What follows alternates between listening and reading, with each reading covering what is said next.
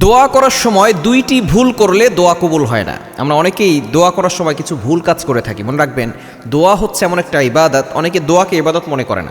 হাদিসের ভিতরে এসেছে, তিরমিজি শরীফের হাদিস, আদ-দুআউ হুয়াল ইবাদাত, দোয়াই হচ্ছে একটা ইবাদত।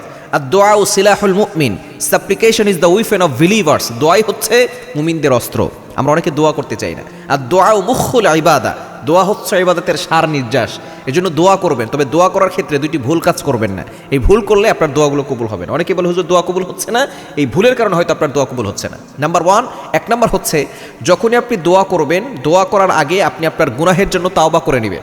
গুনাহের জন্য যদি তাওবা না করেন, আপনার যদি গুনাহ থেকে থাকে, এটার জন্য যদি আপনি তাওবা না করেন, তাহলে কিন্তু আল্লাহ তাআলা আপনার দোয়াগুলো অ্যাকসেপ্ট করবেন না, কবুল করবেন না। সুতরাং যখনই দোয়া করবেন, আগে আপনার গুনার জন্য ক্ষমা চাইবেন। আল্লাহ আমি গুনাহগার, আল্লাহ আমি গুনাহ করে ফেলেছি, আল্লাহ আমি গুনাহগার, আপনি গফফার, আল্লাহ আমি নাফরমান, আপনি রহমান, আল্লাহ আমাকে মাফ করে দেন। আপনার রহিম, আপনার গফফার নামের উসিলায়, আপনার রহমান নামের উসিলায় আমাকে ক্ষমা করে দেন। এজন্য আপনি আগে ক্ষমা চাইবেন, এরপর আপনি আপনার যা চাওয়ার, আল্লাহ আমাকে এটা দাও, আল্লাহ আমাকে সম্পদ দাও, আল্লাহ আমার অভাব দূর করো, আল্লাহ আমার কষ্ট দূর করো, যা কিছু আছে এগুলো আপনি চাওয়ার আগে আপনি বলবেন আল্লাহ আমাকে ক্ষমা করে দাও।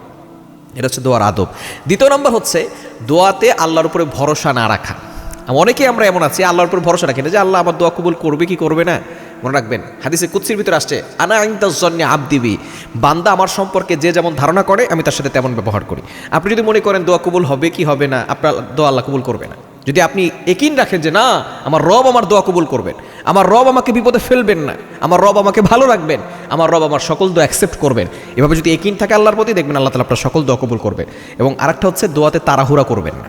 দোয়া করছেন, আপনি বিনয়ের সাথে, ভদ্রতার সাথে আপনি আল্লাহর কাছে চাচ্ছেন, একেবারে গোলাম হয়ে যান, নিজেকে বিলীন করে দেন, অহংকার ছেড়ে দেন, আপনি নিজেকে একেবারে বিলীন করে দিবেন, দেখবেন আল্লাহ তাআলা সব কিছু আপনাকে দান করে দিবেন।